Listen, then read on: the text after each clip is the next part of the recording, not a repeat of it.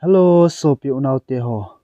Tuni ni khon zong Thusim dang khat na ngai khom kit tau heti. Tuni ni kho hin Thilha Thusim ke man ka hin sut. Forest nga a ka pan layu kiti Thusim ngai nom ta hi ana ngai khom kit tau heti. Thusim hi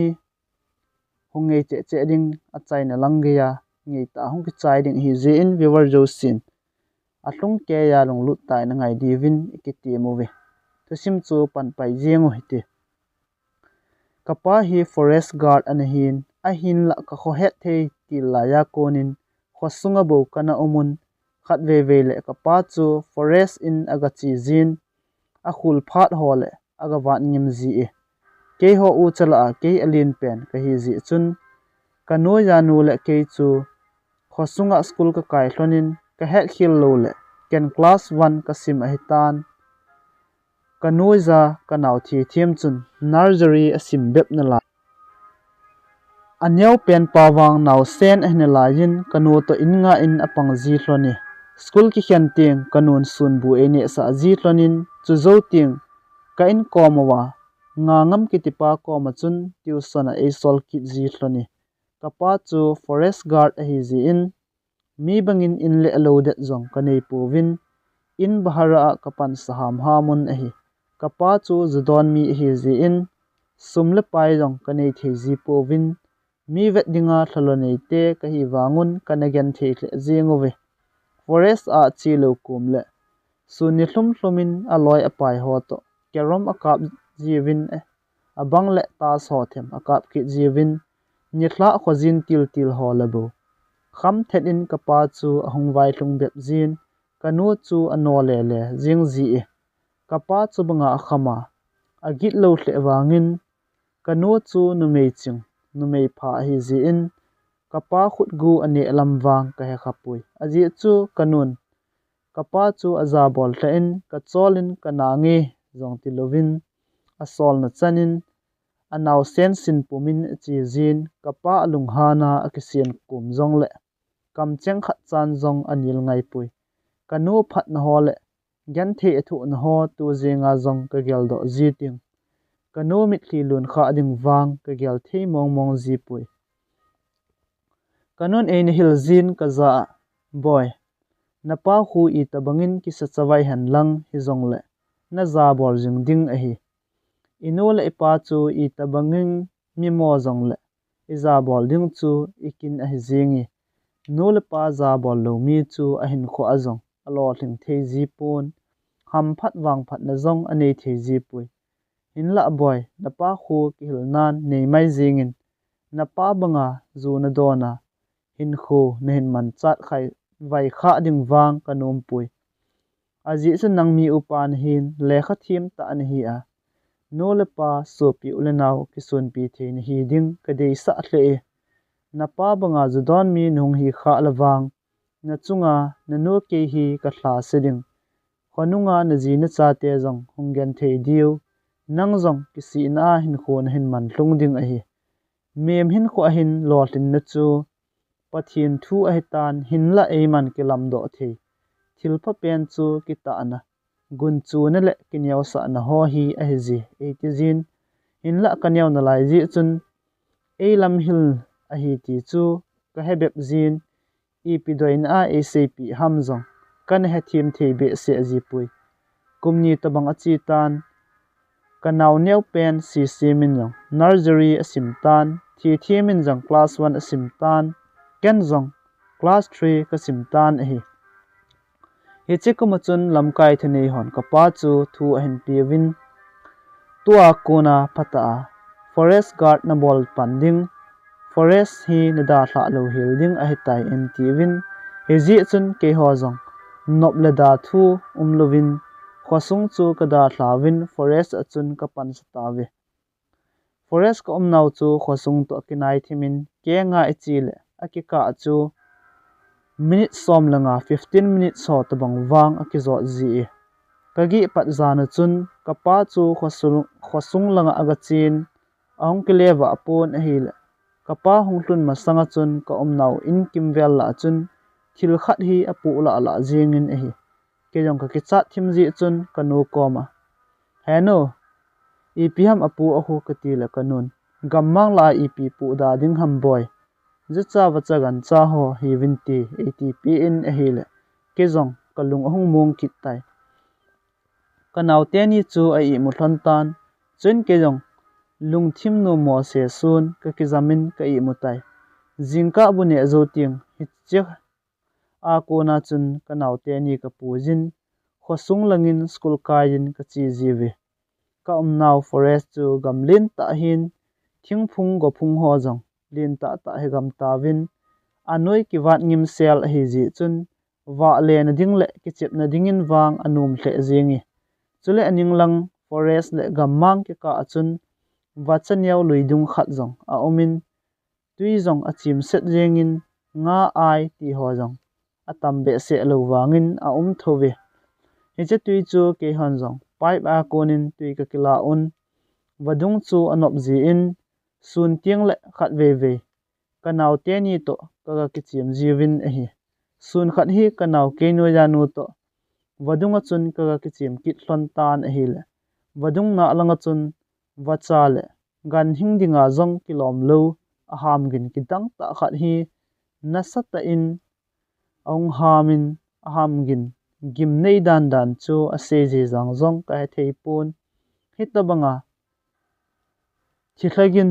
thilham gin chu tuni chan ge jin zong ka zakha kit tapui in ka thluna kanu koma thilumdan ho chu ka sei le kanun gammang la ipi hamda ding ham nekicha le velin chi da jeng in 18 in la chapang ki hi na lai ji chun aki helin aki chi kit ji tho thowe nikhat hi khosung langa chun mi thi ji in ke ho jong ka chi ta ve mi thi ki vui do zo ni thla langin ke ho jong ka hong ki le ki ta win ka pa wang chu zu adon num ji ham i ti ham ahong den na la ji in ka hong hlun lew in sung chu ana thang de in vel ho jong chu thisan anam thlajingi i pi mong nam si ham tia inning in ka ho ka vet le wangun i ma cha jong komudo adi powin in na than de to hi le ka ti zawin kalung jong adong hle jingi kanu jong chu ki chathim hiding a hin taw na khat e man pi win a taw zawin nang ho ki chol du tawin ken na pa hin nga do ingi aki nga do lo la lung hang jin ep bahti chan a hin bol den ham atin ke ho ucha chu lupna e cmp un e lup sa tawi ain la ke chu ka i mu the mong tapon ka nau gam hi i ti khat ham tin chapang ka hi na lai wangin thil dan chu adi thelo khat wang a umi ka tin ka gel jingi zan so nungin ka pa chu kham thet in ahong kile kitan gala konin kanu chu amin tling set in ahin kovin ka pa hong hlun ding kon chan thisan nam long chu hut khat in abe kitai ka pa hong hlunin kanun thil dan ho chu a sei pi in a hile ka pan gamma nga ki chu zucha gan hing tam hi ding ham he che ho po chu lungkham pi a ki chat pi angai pui ka kham wali kalup ding a hitai tin nen de duin lupna senan ahong kinei ki tan hi chen kanun kapa chu alup pumin akyang ho asil ngim pi in awan ho khial zowin light a off in ahong lumtai pha chom kha zowin kanola kapa jong ai mu hlon tan ke chu i ka ti ham ka i mu thei mong tapui zan so nungin in bang chu khutlin ta in hin zul bangin apu the thu jingin hin la ka in ko te khat chan azado povin nom ta in ai mu chi ovi hi banga husa kalup na kom bang ke san hin zula a i mu te chu kalung akham hle jingi ke chula ka ki chat to hi le i mu ji jong ka thei ta pun sa ka sa awangin ka ki chat war ji chun blanket ka ki khu khumin a hi le ka ul chim a wa thleu jingi phat chom kha zowin kot pi chu a chamin ahong ki hong kit in a hi le ka ki chat na chu sei thelo khop hilin a sang hle jingi in sunga mi hong ki mai bangin kong le bel ho chu apu la in phat chom kha zowin husa chu a thip in hui hli hong nungin a hi le kot pi ka hon ji chun hui hong lut in adap hle jingi hi chepe ta chun khosung langa a za khon gin ka ga azan a ama sa khon chu hidan a hitai som khat zovin kot zong chu akinung kha kinin chu zovin invel la a chu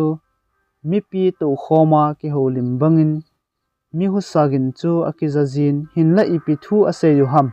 acheng amal wang kaza chen thei pui ka ke chat war ji chu ham ka ti jong le husagin chu a hat thoki in hinla athu se chu acheng amal ka het thelo ji chun kalung akham hle jingi aki ho lim lim pe du chun mi ni hungkin nil do a hungkin do bangin asala la in aloi ho chun a phel bangun kamit ta kamu lo wangin thil dan chu a ogin wa konin ka he theji chuin a ahung khong khit in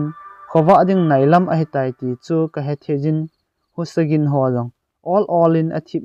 athip mang zel tai ke jong ka chol war ji chun kana I mutan a hi le ka hung kha do chun pharmacy hong pa ka koma na towin a temperature asang hle e tia e na thama kane ading lo ho e na sut pi lai ta chu ana hetai dan chu ka ki chat wal na lama kadam mo do a skula jong chi thei tulowa kana dan a hetai kadam mo ji chun kanun buchim e hun pi in lo jong e ka mun hi chini kho chun ka pan jong sun ni hlumin e to pin e hi ni thla langin ke jong ko hung ol kit tan a hi le ka ki pa hla in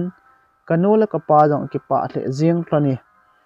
in la kanun n ol thing kha sin hoi ma chan jong po do ta hin e ti ji chun kanu thu se ka nga jin ka po do ta pui lo hat ngen kane hi ji chun kalel hle in ka tha jong atla samin zanin jong kanaw te ni I mut masangin ka I mu masapen tai pathian lung sit na zalin kanun jong naw ane di jeng ki tan chule ke hon jong final exam ka bol na diu ni kho chu anai hle jeng tai school exam a ka lo thin na te devin kanola ka pan tuition a sol jiwin exam anai walta ji chun zan tiang jong le tuition ka kila jiwi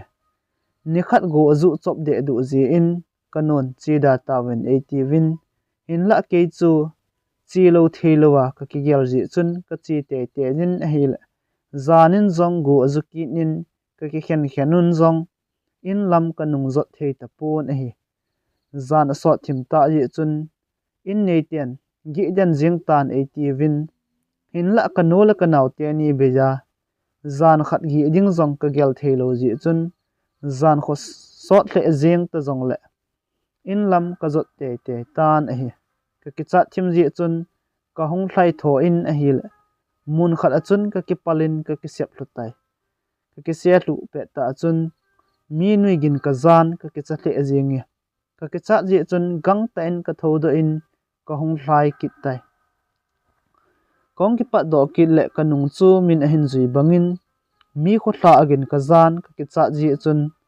ha thlain ka thlain a hi le kho thla agin jong chu agang che in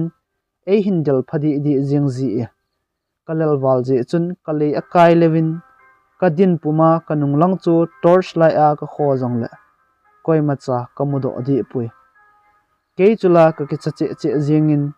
in langa kanote ka onei suna ka ko jong le iti ka hi hitam he che pe ta chun ka o chu asu do thei mong ta pun bu se ve pe na ki pau do zo lo bang khun ka jingi chun ke jong ki chol hle ta jong le ka thane suna hlai ki ding ka ti jong le ka kyang chu thanga o bangin a chat thei tapun acha te in kaljong ka se be thei tapui a hing do ding in zong ka kita san tapun a thiding in bo ka ki gel jeng tai pha chom khat hitia lam le na ka din pe chun kanung langa torch light ahung wa in a hi le ki jong ko hung lim hut jingi hin la hi che torch light ki wa jong chu amit pai ki nin ka nga awangin ka nga do zo mong pui chuin ke jong kong ki pa do ki nin road a kona forest in zot na lam be chun kong kal tu tai kong kal tu le angol ka bangin ina like ki wa kamu wangin ka hlung mo ke jingi I chan ka chi a in ki hlung tan ti ka ti jong le ka vet ki tiang anai dan le agam hlat dan chu abang a he jingi ka chi zine lampi chul lampi to jong abang tapon molbong thingba them adim set jingi kalung gelin I ti jong hiza ki hlung mo hil jing hitam lampi yong chu sun le zana ki zot zinga hita banga ano le lut lam zong ka he ka pui ka tin kalung akham hle zingi ka ke cha to ka chol to kalung gim to hi le ka ngoi de zing tan hin la chapang ka mang no ya gi den jing ding ha sa ka sa ji chun kamano te te jin a hi le thing phung lin ta khat a chun ka chal pang ka tat in a hi le apu la jingin ka chal pang zong apom leo jingi hin la he che chun ka hung lim do in ka na chu lampi a hi lo zong ka hin he thim tan chule in zot na lampi zong hoya oma to a hi hoilai mun ta ka ham ti zong ka hin ki he thim tai dan chu phat he ti chan chu forest gam mang jing nu ya ka wa le le jing dan a hi in ka ga hlun le ka pa chu an lung hangin chapang hi ti chan chan exam ding kon ta hoya na hung wa ham in zot phat tu hi ni hi sa ham lekha kisim sa sa jong la chun I macha hi po na ti tu ma pandawin hitin na wa le le e 18 ka boi na thu kam chang khat jong se sa man lovin vo ding in e gongin a hi ke chula ka pan subanga e gi jong chu ki chat na nei talovin dam lebit na in ka wa lu chu ka ki pa walin ka hai jong aniam hut hut jingi ka no chun e he thiemin e ki su thing sa zovin e lup sa tai azing ni kho ka pa am lo pet in Kathiltoh dan tho ho chu kanu ka sei pi in a hi le kanun jong ka koma I ma sei num lo wangin amai su a konin no mo sa adan hi le akilom thowi chun kanun to konin na changin chiji ta hi in 18 lekha hasima kasima ke zala ni kho khat le again thein ho zo si akile ding lunga atup dan thu le akinep na thu chu acp in ha tilin etil khowe zingka khat hi kapan leitola konin kano to ka khat chu a hin choi lut in amin tling set in akovin nume hitita hi ke pol che ding ham namu lo ham atin atoka ati sanma chu avet sa in a hi chun kanon jong awon chu thip chen in asop thingin hinla suna ka pa lo pe chun hiche to ka chu mejin ago thlatai hiche kamu do achun kanu chu angol ngap ngap hetam katin kanu koma heno idia hitia chu na bol jing ham katile kade ta he a atin thudang ima jong ase be di pui ain la tulanga hi kanung gel gel le kanun ki cha khanti tia ena sepi nom lo wanga hiche to ka chu asop thing zowa phodo le zan ka a hitia chu ti san anamat hedingin kata sani ke ho jong ke exam bol phat o ahung thing tan hiti chun ban nei chan subject ho jong ka hin bolun exam ka bol sungu chun kanu chungi ji le kapa mi tabang hi lo ji chun kapu kanu naupan e hung umpi win ke ho ucha chu le kha jong e hung hil ji we ke ho ucha ka sat la la ji ji ole kapa jan si a zu kham jing ji chun kapun e the dal te un he ji chun in koma chang in neu cha ka sa na wa chun chang ki koi lo pet ma a hi ji in agi ji tai zan khat zan so nungin kapu chun kot hen ki win e hin ko ko jingowe chun kanon jong lel sa san kot chu agohan pi in a hi le kapu chu amaya ulchim wa thalewin anadingi chun kanon jong now I bi thu heja zanoya na hong ke thlo lut jing hitam tin adongin a hi le kapu chu a hai the thu jingin kanu chu adon bot wa thei pui phat chom khat zowin thil dan chu hiti hin a hin se zan si lekagi na in kimvel khu apu the thu jingin hin la ken gammang la hi ji in I machan zong kana gyal ji pui hinla tu zan in wang kot acham chamin ahung ki hong do in chu zovin huili awat awat jing ahung nung kit in hetia lungdong ta ka ompet in Thilha nu pi gop asam kil the thu jing amit a tui tep pha a khut tin le kyang tin ho jong e ho nu me ho sam chan chan phajing anoi chul de edu kyau chai set khat hongwa lut in sungin akimayin ke in mudo phat in e hin boden jingin e hile ke jong ka kichawar zengin hi ji a chu ka hongjam tho zeng a hitai tu kalwang hi chena khun ka changkitin gi kit tapu ngi atin akal sungin hi chena chun agi ji tapun a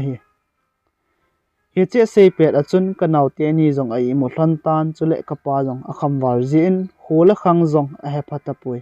ke wang chu Kathiltoh ho ji in zan jong ading bangin ka I mo theji tapun a kapa chun sungin kapu chun sungin khatve chu ka koma napa komin khosungin kit tau hete TPN 18 chun kan jong hepu idea em tia ka do le mo a nang ho jong sapang ngen ne hi wa na loi na pai la in thathei leo chun ka ti a Gam'ang nu ya nang ho u chachang na hi kalung sit ji wa ka se he bove 18 ken jong thudang ka dong be tapun ke hon jong exam ka zo phat un ka pu jong a kholamuwa akinung le kit tai pathin phat sa dung zuin kanun jong naw hen ne kit tan pasal a hi ji chun mang tin lin sa un a hi kanun naw nei phat in kapin e hung pi kit un kapi kati hi kanu nu ka sein a hi kapi chu thie thiam to zan ting le thu panga khang phei ki don chunga chun alum ji thlonin a hi le zan thum agi zowin agi kit nom tapon kagi ding jong le kagi namun ka khial ding a hi tai tin agi nom lo na aji chu kanun adongin a hi le kapin hiti hin a hin se kagi pat zana konin zan sot nong le ep ham vo cha tabang mul the thu a vom let lut khat hin kalup na kom bang a hin zulin a bang le vo cha khom ho a ki hit bangin a hong ki hit kit ji hi ji chun ka hong oma konin zan si le I mu theilovin ka omjingin ken jong tu zana chu ep mong ham tia ka vet le vo heno wa noi sa khaw si ka ki chawal zingi seijong ka seido ngam pui atin a ul chim wa thalewin a umin a chen a chain jong a seido thei tapui he ji chun kanun jong mun choma lumna ki sim sa tan hi sun khat ken jong in vel dunga wacha tam ji chun ka go phel ka ki pu do in wacha ho chu ka kap tan a hi le wacha ho chu azam pe un anungu ka del phei pe a ka kap pe le wadung lang chan chun ka del phei tai wadung gal langa khat chu ka ga kap le ka khat chenin ong kile thatai gan jong wacha kap thla chu gala ading ka ti a wacha gom chu ka chop gal kai le da tabang khat honggingin ahonggin na chu ka kom lai ta tabanga ka het ji chun ka king hle jengi chuin ep jong heja ka tin wadung sung le kimvel ho chu ka ga ave le len a hi le wadung sunga tuilung chu thisan bangin ahung san kit tan ka vet le mihim samjang jong alom lomin a hin thlo zengin a hi le kidang ka san ka ti ahum la zingi kong ki chat kit phanin ken jong ka wacha kap phla jong chu don talovin ka hung nung zam tan a hi le wadung ka hung gal kai to ki tu chenin kanung langa mi khat bang le kamu per zabin a hin la ka vet le wangin kanung mu ki tapui ke jong ki chawal zengin ka thanei sunin ka hung zam tan a hi le lam to ka hung kalpe chun gal langin pasal opi the thu khat hi ha nu jin ahung nu jin alim le amel wang kamu do pui ke jong ki chatta in ulkai let lut in ka ga hlai lut in a hi le kanun ep na hung ti ham 18 chun kan jong wadung lang chu ka ko in thil dan ho chu seido thelo sa san all tain ka sei pi in a hi le kanun ka sei na ngai ha hi chula 18 khat ve e bengi e be azowin ka thasit lo na din a hil to thun e pho in tu kal ka sei ngai ji tan boy 18 a hi kanewa kona kanun ka chunga akhut a thla ma sa pen le anu kha pe na ka het chu hi chini khwa e be chu a hitai hetman lovin Christmas phat ho jong ong hlung tan hinla kanun naw nei ji chun kumdang bangin loile paila azong ka thathei ta povin kanun sun lebo e sol jiwin zan ting lawang hoima chan jong e sol do ji ta povi kin le dong ho jong ong ki chai ki tan kum le hla zong atha tan a hi ni hla khat hi bongsa ka ki honun me ne awal atam ji chun kanun jingka le ngan si ding hitan ti tin mebel chu asing tup chet in jingka ne din a koi tan a hi jingka en ke hon zong bukyau ka ki honun me chu om sana ne ding ka ti lo mebel sunga chun ngongkol lin ta ta thum zen athi san an umin a hi ngongkol na jeng thei chu lungdon hle jingin ki da azong a hle jingi mebel ki sing tup chena ngongkol khat keu be hele thum zen an chu lungdon pi thei khop set wang chu ai thove hecha kun chun bongsa jong nenum lovin kum khat wal hil ka lo in kanu di in tu san gejin bongsa ki sele alu ape leu ji na la ye Thilha te zong alang che cheon kot ho zong ikam tu chet zong le jingka ting hondo san na ji tho thowi kapa chu jingka sia ki matho pen ji a hi ji chun hitia kot ho ki hon amu ji ting alung hang jin kanu komin iti chat waya chawai lom ni ham kot ho zong hi nalup ding ting na kha tu thei ji lo ham tin a oi mo jin chu ting kanun kam patti Louva kona thil su ho chu ban nei chan a sei pi jin a hi le kapa chun ata san the hi be jingin na chat vai manin gamtin thu se hin mi him hin ki chat ti za zong I bol wal le mu lo ding ki san ki mu ji a hi hitia chu thitha mong a hi le zan khang zan waya in hin ki zon jinga khat ve be kamu ta hi ding ham atin Thilha thu ki sei la wang alung hang tho jing ji na la ji kanun naw nei phat in lup na zong ka ti ta win hi ji chun kanun na naw thi thim le nang cho kalangin gi jing hlon tan 18 ke ni chu chomin e gi sa hlon tai hitia kanaw to ka gi ji hlon lain zan khat kanawin zan so nungin e chun jingin a hi le ki jong ko hong khang do tai kong kha do chun kanaw chu achil phun a kai jin a samjong aba thet jingin a hi le ki chat a jingi hiti chun a ki tom jingin a hi le ki jong kalung adong walin ka pengin kanu chu ka kovin a hi le kanu la ka pa jong ong hlai lu tho hlonin kanaw chu alo le hlon wangin apha chu mong tapun chu phan ka pan jong lampi dang a het lo phat in khosung langa pharmacy bolpa chu ko dingin akipat do tai kapa po do anungin kanaw chu a kho se che danin a umin a hile kanun jong avet zo lo hil phanin a ko jin amo ka jing tai ke chula ka ki chat to kalung don to a hile ding dan jong he thei lovin in sunga chun kawa le jing tan a hi kanu jong alung dong wal phanin Bible lado in thi thiam chu ataw pi tan a hi le thi thiam jong ahong thim chot in hin la ki tom na a adel war ji chun kho hello bangin a ki jam jing tai pha chom khat zowin pharmacy bol pa le kapa jong ahong thlung thlon tan pharmacy bol pan kanaw chu anat na ven a hi le anat na zong I macha amudo adi pui hicha za na chun ke ho chu I mulovin kanaw thi thiam chu ka to khowa pi ta ve jingka mata in kanaw chu ahong khangin kadang acha e ati ji chun tui ka piewin ama jong masang bangin adam sel kit tan hin la khu chong te ni chu adup de an jingin a hi ong lim do chun kanawin asein kata tabang kazan mang tabangin pasal khat le nu me khat inu wahin ong wa lut hlonin ke ni koma nang hung tan ke ni koma na umle na de ka cho pi hlon ding hilaya na sanga nop na sa zo ding a hi 80 hlonin hinla ken kanum pui nang ni koi ni hi hlon zong ka he pui ken kanula kanaw te kapa te hobo ka nga je hung thei pu nge tia ka sele alung hang hlonin pasal pan ka khut te ni a e tu a nu me nun ka sama e mana e thlo do gut hlon pha na ke jong ka thane suna ka ki tom a hi tin athu sele thil dan ho chu igial le akitu mo na ding wang a pun hinla mi pi tling sa pasal khat le na me khanin numei chapang khat apui do azo thlan lo chu lungkham aum ki thove hi che thu aza do pha chun kanun cross lim khi a ki sim ho khat khu acho in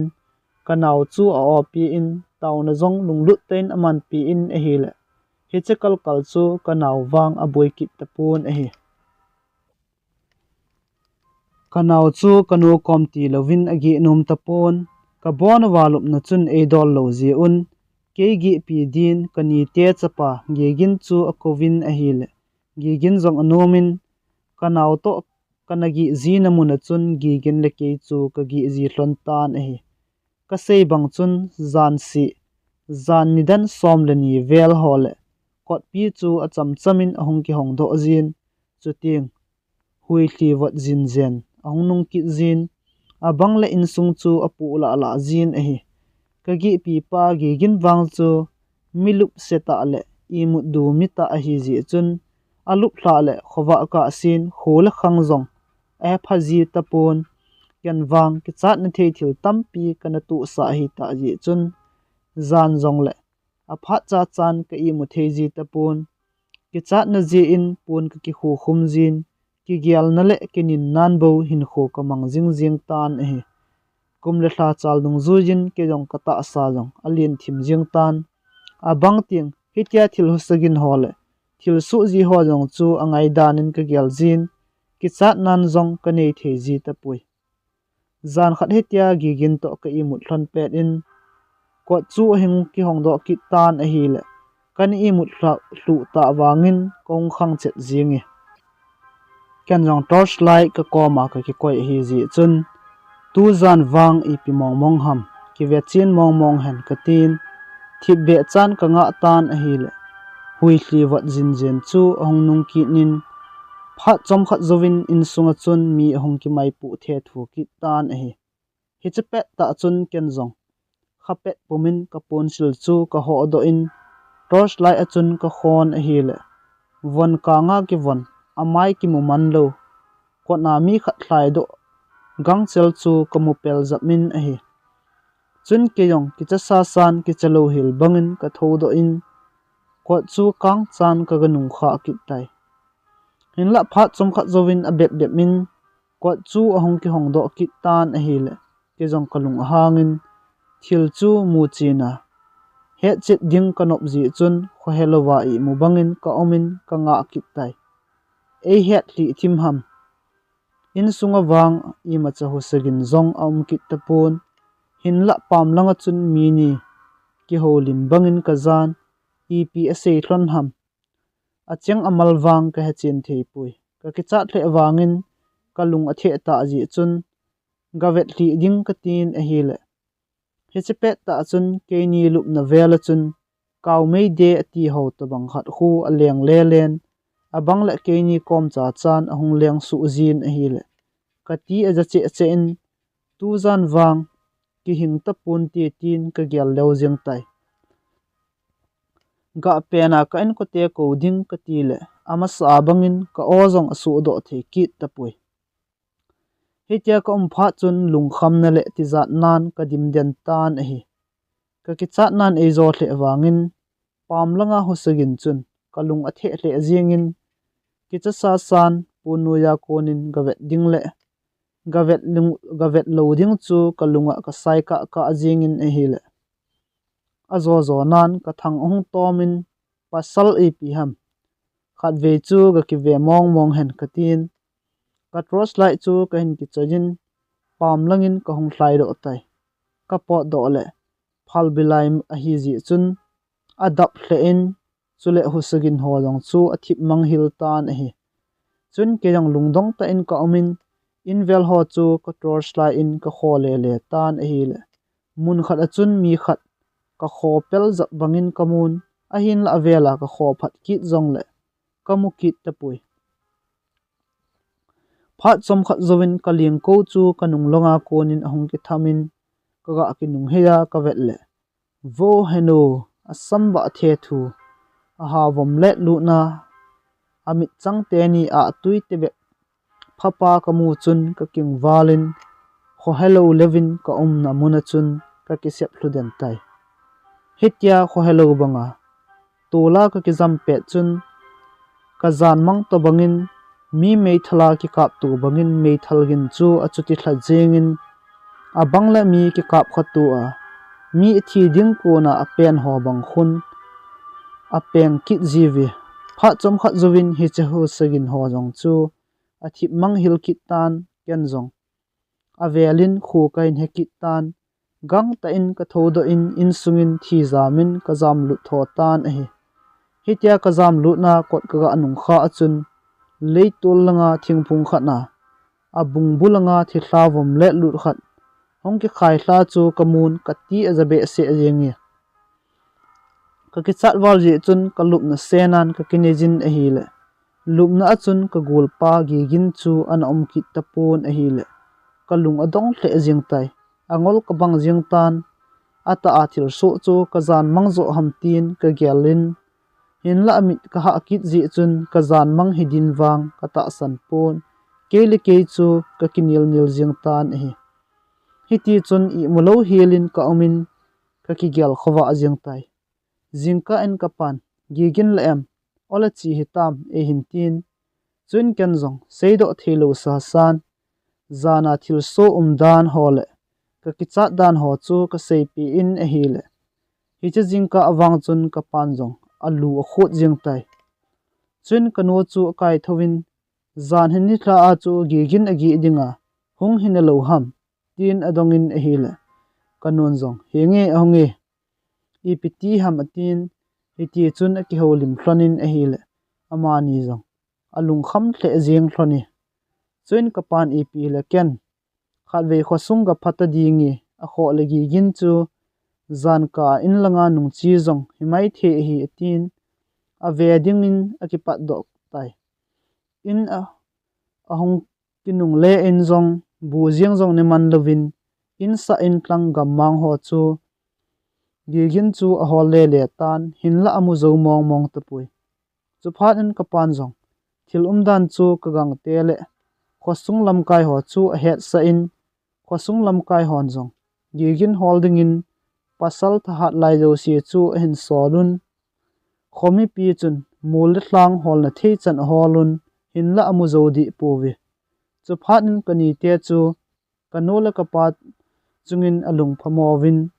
kani di chu akap jing tan a hi le kanola kapa jong aki phalam hle jing hlonin kanu jong nu mei lung neu chu lung don wal ji in amo ka jing tai a jing ni khon jong hol na thei chan hol ki dun hin la hi cheni kho jong amu zo di kit powe mitin ki holim na chu ke ho in sung le gigin chung chang thu bo hi jing tan hi ji chun khosa khotlang hon jong eung hol hu win ni thum tin nin gigin kaldo na thei dinga zong kilom lo mong phung lin ta chunglanga chun agamudo ta vi hinla gigin chu hopi thei jong an hei ta pon pau thei lovin hap ta khat wal aumin ana in hap ta khat wal zowin hopi thejin ahung kit bebe ahung pau thei kit na chun pasal tha ta mi ni hin ka khut ban te ni a ei tu hlona ei len pi hlon a hi hitia ka len pet achun khopi num ta jong ka movin hi che khopi achun mi him zong atam hle jingi tin a thil mu ho chu thupi ta in aseye hi chana thil asu jing pha chun ka pan jong alung gel a hin khialin forest chu government thupi dung zuya da hla lo the a hi lo ji da hla the a hi lo ji chun ama changin anga in kanole ke ho ucha chu khosunga e umsa tawi kapa achanga ding konin kanon bible khat le cross lim khat apen taun ana pat tholo le na boiding a hi ji chun hi che hi ki o en lang bible zong phati chan aphat tinin simin chule taun zong ki manjingin atin ka sungwa thil Gimnei a het zo si chu kapa sei pi tan a hi lakhat thani zowa konin chubanga judon judu kapa chun kidang ta in zu zong a hin ngol tan a hi tu hin kapa jong a pen san tan thakhat in ka cheng khom ki tawi nikhat kapa diary ka simle thitla ten a eng bol na ho le atlep na ho thusim banga asut ho chukamun chule bible asima taw na ho a pon thota a apana zu zong angola kona bo thitla ten zong I mutheya atlaw hi dan zong akisunin a hi chule kapan thitla amuji ho jong chu keimu to bang ho chu a hi vi kapan hetia thitla tu asut na chaina pe na chun pathin tailo galzon ding dang ampui tin zong asuni heche ko omnaw mun chu mi abangin asele masanga chu thingnoi hole army ho anaki kap tuwa thingnoi mi sigi vel na thi hidanin zong asejun mi abang khat ma chun thitla te chen namun danin zong asejun doi thim ho di de in aselo thitla te si ti hi tin zong ase hi lowe ke hon zong kada thla nungun midang dang zong ahong umun in la pha chom khat zole a transfer loi loi ji tawi tu hin hi che forest chu forest in a umjing na lajin hin la koi machan wang anga aji tapui thusim ngei ta jong chu hiti chun ahong ki chai tan lunglut ta hin ngai ho zo se chungin se zo lo ki pha thu kain phongin chule thusim chu ngei na sa a na ngai nom le lai ni hin bol pi onlang ikitil kho theina diwin ngai nom ta ta comment ho jong ni hin bol pi diwin kong tawin chule share jong bol na thei het le ni bol pi diwin jong kong taw kit na la ye abana ipi thusim in se kit diu ham se the epon abana thusim ngai din aniki gong jing hete ke pa